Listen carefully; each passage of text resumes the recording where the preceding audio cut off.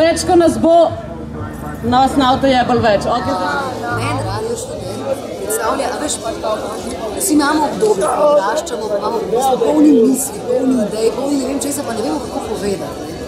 Včasih igramo samo prostor, ki se odpira, ki se ne zapira navznoter in se polni z omejitvami, s prepovedmi in stvarmi, ki jih ne smemo, ampak prostor, ki se odpira navzven in nam dovoli, da poiščemo način, kako povedati stvari, kako artikulirati želje, probleme, pa tudi dobre stvari v svetu. In RŠ meni predstavlja ta prostor. Sem pa tudi špikerka na Radio Študent, tako da izhajam iz pozicije nekoga, ki to v praksi izvaja in jaz ga tako čutim. Radio Študent kot najstarejši neodvisni radio v Evropi, pač center avtonomne in alternativne kulture in politične kritike. Prostor, kjer lahko razvije svoje sposobnosti in kjer pač lahko si kritičen na način, v katerem te nišče ne sili v neko drugo.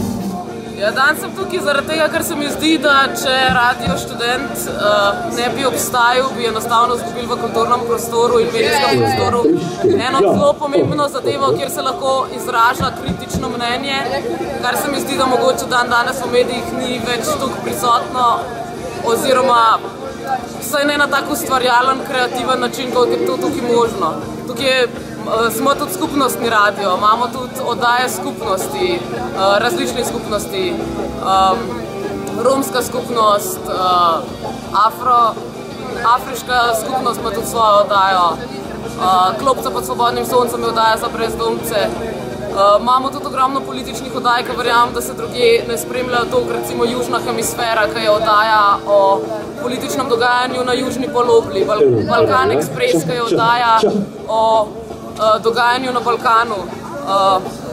Moram reči, da imamo verjetno edino oddajo v Sloveniji, ki se tudi ukvarja s stripom. Imamo oddaje o teoretskih, filozofskih zadevah, imamo ogromno glasbenih oddaj, tako da se mi zdi, da bi enostavno to utrpelo veliko pomankanje, tudi za vse tiste, ki pravijo, ja, kam pa gre davkoplačevalski denar.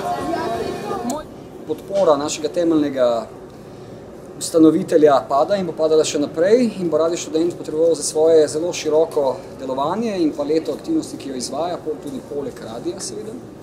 Potreboval neke druge vire sredstev in hkrati, da pač želimo, da institucije, ki so se zdaj relativno ogibale podpori Radio Študent, kot recimo Mestna občina Ljubljana, kot recimo temu tudi Univerza v Ljubljani, s katero se že skoraj 2 leti menimo za soustanoviteljstvo, kot je recimo tudi APEC z vidika podpore pri recimo pridobivanju novih frekvenc, da pač pristopijo in podprejo Radio Študent, ki je na nacionalnem nivoju zelo poseben in pomemben medij in tudi v bistvu kulturni producent na različnih področjih od glasbe do medijskih umetnosti, uprizoritvenih umetnosti in tako dalje. Ja, jaz mislim, da študentska organizacija malo ne prepozna širine delovanja Radia Študent, ker se skozi več ali manj naslanja na to, da mi smo le radio, ampak hkrati smo založniška hiša, producent na področju glasbe, imamo recimo klubski maraton z 20 koncerti po celi Sloveniji, imamo festival Tresk, imamo koncerte v studiu RŠ-a, imamo tudi druge kulturne dogodke, recimo cel koncertni cikel za rojstni dan in tako naprej. V bistvu izvajamo dejavnosti tudi recimo drugih zavodov, rečemo tako. Izvajamo založništvo, tako kot študentska založba. Izvajamo glasbeno produkcijo, tako kot K4. Potem recimo podpiramo obravnavo številnih tem socialnih ali pa družbeno-političnih manjšin, kar delno recimo v smislu sicer podpore na drugih področjih dela tudi študentska svetovalnica z tega vidika informiranja recimo. Tako da mislim, da predvsem je problem šova tudi, da ne prepozna širine delovanja Radia Študent in da mogoče je pač problem šova tudi to, da ker Radio Študent seveda je tudi kritično zrcalo študentske organizacije Univerze v Ljubljani in pač šov v Ljubljani si večkrat tudi zasluži zelo konstruktivno kritiko glede na svoje delovanje, je tako, da smo jim pač trn v peti in da smo potem napram ostalim zavodom, ki predvsem pač delajo svojo produkcijo in niso seveda odprt medij, ki tudi kdaj kaj povejo komu, da znamo biti v kakšnih situacijah ali v kakšnih političnih skupinah študentske organizacije Univerze v Ljubljani pač osovraženi oziroma, recimo temu, ne preveč prijazno obravnavani. To je problem, mislim, da pomanjkanja samokritičnosti, no? Problem mogoče prepoznavanja širine tudi delovanja enega zavoda, no? Ker je mogoče tudi šel zelo tako vrtičkarsko dojema stvari, da ima zavod za to, pa zavod za uno, pa zavod za tretje, potem ima pa en zavod, ki dela marsikaj. To je mogoče pomanjkanje razumevanje, mogoče malo tudi, jaz mislim, da je problem pri mlajših generacijah tudi pomanjkanje enega respekta, ene tradicije, pa ene zaodvzetosti ljudi, ki recimo na Radiu Študent so pripravljeni, jaz temu rečem, tudi pol prostovoljno delati za neko idejo, ki se njim zdi prava, njihova in vredna podpore in vlaganje energijo v to, da se jo ali prezentira, ali obravnava, ali kakorkoli.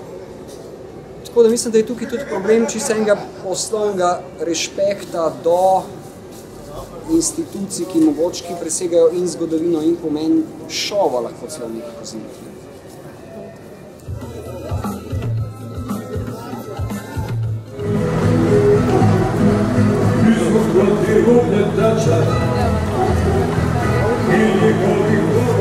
Na Radiu Študent oziroma Resoluciji je krenila proti Filofaksu, kjer naj bi bila čez približno 8 minut. Seveda pridružite se Resoluciji, pridružite se temu, da se neha uničevati civilna družba.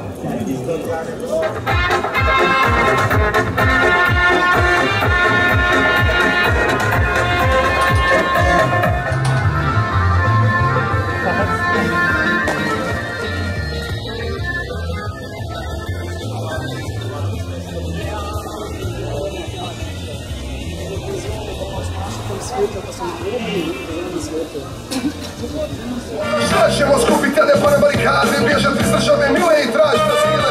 Nije istina jedno, mili brate, vi mladi uopće odavde bježat ne morate.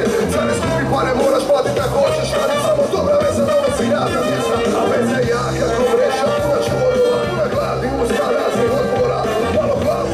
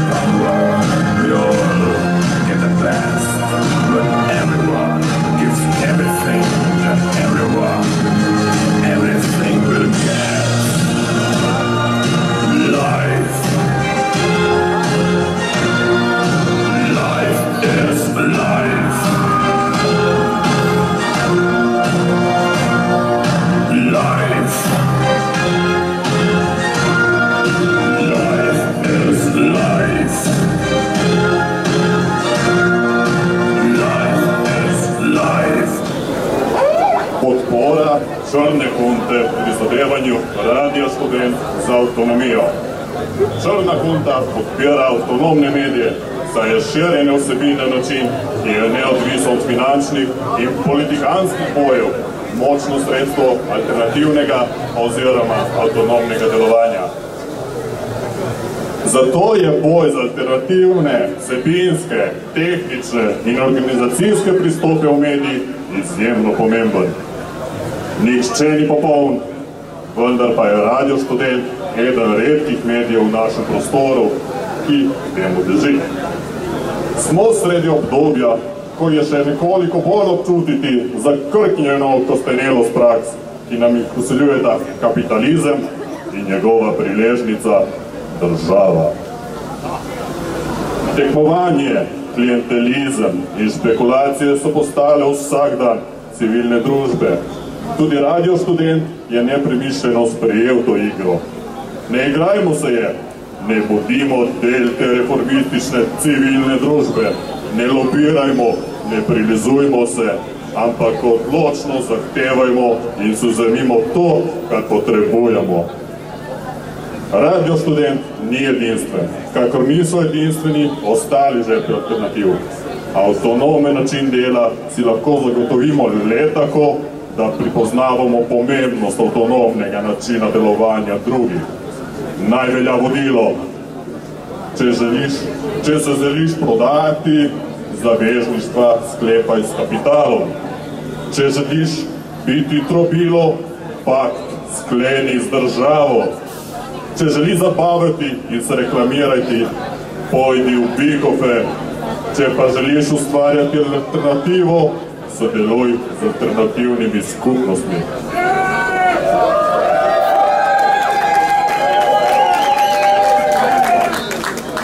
Črna hunta verjame v poslanstvo alternativnih medijev, da svoje vsebine črpajo iz progresivnih, horizontalno organiziranih ljudskih gibanj. So del teh gibanj in jim na vsak način, v vsakem trenutku omogočajo glas artikulacije. Objektivno novinarsko poročanje ne obstaja in prav je tako. Črna hunta zagovarja organizacijo, ki temelji na njeni skupnosti sodelavk in sodelavcev Radia Študent. Oni so tisti, ki omogočajo obstoj radia.